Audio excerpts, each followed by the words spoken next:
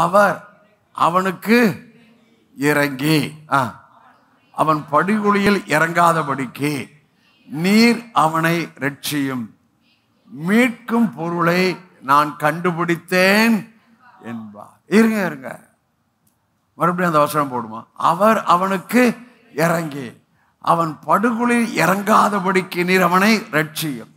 மீட்கும் பொருளை நான் கண்டுபிடித்தேன் என்பார். ஆமென்.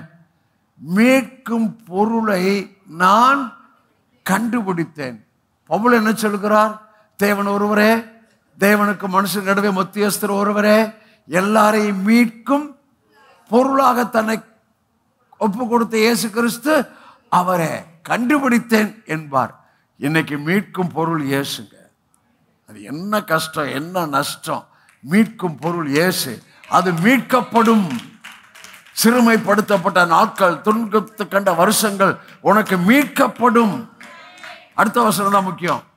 அடுத்த வசனம், அப்பொழுது அவன் மாம்சம் வாலிபத்தில் இருந்ததை பார்க்கிலும் ஆரோக்கியம் அடையும், தன் வாழ வயது நாட்களுக்கு.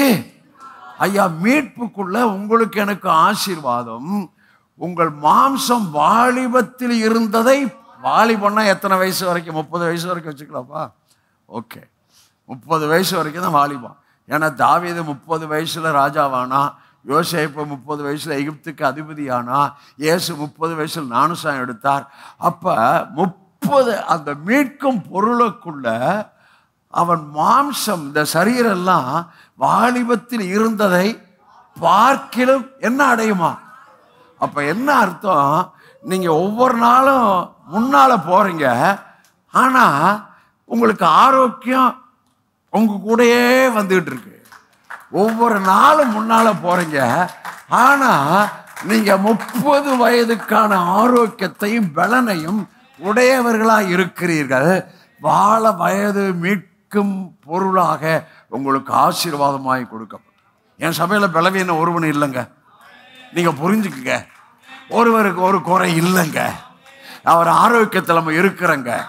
ஏசாயாவின் புஸ்தகத்துல சீயோன் நகரவாசிகளில் பலவீனப்பட்டவன் ஒருவனும் இல்லை, அவன் அக்கிரம் மன்னிக்கப்பட்டு இருக்கும். நம்ம பாவம் மன்னிக்கப்பட்டுருச்சுங்க, நம்ம பாவத்தை அவர் நினைக்கிறது இல்லைங்க.